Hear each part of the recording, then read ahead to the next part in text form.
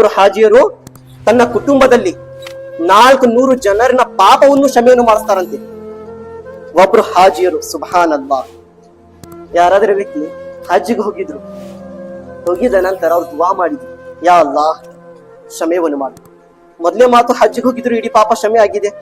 ಅಲ್ಲಿ ಹೋಗಿದ ನಂತರ ಅವರು ತನ್ನ ಕುಟುಂಬಗಳಿಗೆ ನೆನಪು ಮಾಡಿ, ತನ್ನ ಎಲ್ಲ ಗೆಳೆಯರಿಗೆ, ರಿಲೇಷನ್ ಅವರಿಗೆ, ಊರಿನ ಜನರಿಗೆ, ಎಲ್ಲ ಅಕ್ಕಪಲ್ಲಿರುವ ಸಮೀಪ ಇರುವವರಿಗೆ, ದೂರಿರುವವರಿಗೆ ಎಲ್ಲಾರಿಗೆ ನೆನಪು ಮಾಡಿ ದುವಾ ಮಾಡಿದ್ರು, ಯಾ ಅಲ್ಲಾಹ್ ಇವ್ರು ಎಲ್ಲರೂ ಪಾಪವನ್ನು ಕ್ಷಮೆ ಮಾಡಿ, ಯಾ ಅಲ್ಲಾಹ್ ಪಾಪವನ್ನು ಕ್ಷಮೆ ಮಾಡಿ, ಯಾ ಅಲ್ಲಾಹ್. ಪ್ರೀತಿಯ ಸಹೋದರರೇ, ಅಲ್ಲಾಹ್ ರಬ್ಬುಲ್ ಇಜ್ಜತ್ ಹಾಜಿದು ದುವಾದು ಸತ್ರಿಂದ ಅವ್ರದ್ದು ದುವಾದು ಬದಲಿ ಮನೆಯಲ್ಲಿ ಇರುವ 400 ಜನರನ್ನ ಪಾಪ ಕ್ಷಮೆಯನ್ನು ಮಾಡ್ತಂತೆ ಅಲ್ಲಾಹ್ ರಬ್ಬುಲ್ ಇಜ್ಜತ್. ಬರೀ ಅವರು ಒಂದು ದುವಾ ಮಾಡಿದ್ರೆ ಸುಬ್ಹಾನ್ ಅಲ್ಲಾಹ್. ಪ್ರೀತಿಯ ಸಹೋದರರೇ, ಇಲ್ಲಿ ಪ್ರೀತಿದು ಮಾತನ್ನು ಬರಾಕುಂತಿದೆ. ಅಲ್ಲಾಹ್ ಅಕ್ಬರ್. ಒಬ್ರು ಹಾಜಿಯರು ಮಕ್ಕಾನಲ್ಲಿ ಹೋಗಿ ದುವಾ ಮಾಡಿದ್ರೆ 400 ಜನರಿನ ಪಾಪವನ್ನು ಕ್ಷಮೆ ಆಗುತ್ತದೆ ಅಂದರೆ ಅಲ್ಲಾಹ್ ಅಕ್ಬರ್. ನಮ್ಮ ಹಿಂದೂಸ್ತಾನಿನ ರಾಜ್ಕುಮಾರರು ಹಜರತೆ ಖ್ವಾಜಾ ಮುಯಿನುದ್ದೀನ್ ಚಿಶ್ತಿ ಸಂಜರಿ ರಹಮತುಲ್ಲಾಹಿ ಅಲೈಹಿ ಸ್ಥಾನವನ್ನು ಏನಿರಬಹುದು ಪ್ರೀತಿಯ ಸಹೋದರರೇ. ಹಜರತೆ ಅಬ್ದುಲ್ ಖಾದರ್ ಜಿಲಾನಿ ರದಿಯಲ್ಲಾಹು ತಆಲಾ ಅನ್ಹು ಸ್ಥಾನ ಏನಿರಬಹುದು ಪ್ರೀತಿಯ ಸಹೋದರರೇ.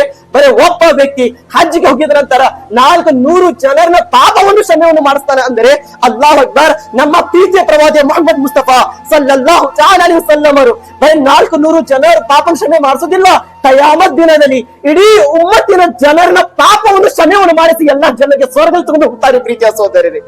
ರಸೂಲುಲ್ಲಾಹ ಸಲ್ಲಲ್ಲಾಹು ತಆಲಾ ಅಲೈಹಿ ವಸಲ್ಲಂ ಅವರು ಅದಕ್ಕೆ ಆಲಾ ಹಜರತ್ ಅಜೀಮುಲ್ ಬರಕತ್ ರದಿಯಲ್ಲಾಹು ತಆಲಾ ಅನ್ಹು ಹೇಳಿದ್ರು, ಪೇಶೆ ಹಕ್ ಮುಜ್ದಾ ಶಫಾಅತ್ ಕಾ ಸುನಾತೆ ಜಾएंगे, पेश हक मुज़दा शफाअत का सुनाते जाएंगे, आप रोते जाएंगे हमको हंसाते जाएंगे, आप रोते जाएंगे हमको यानी हंसाते जाएंगे.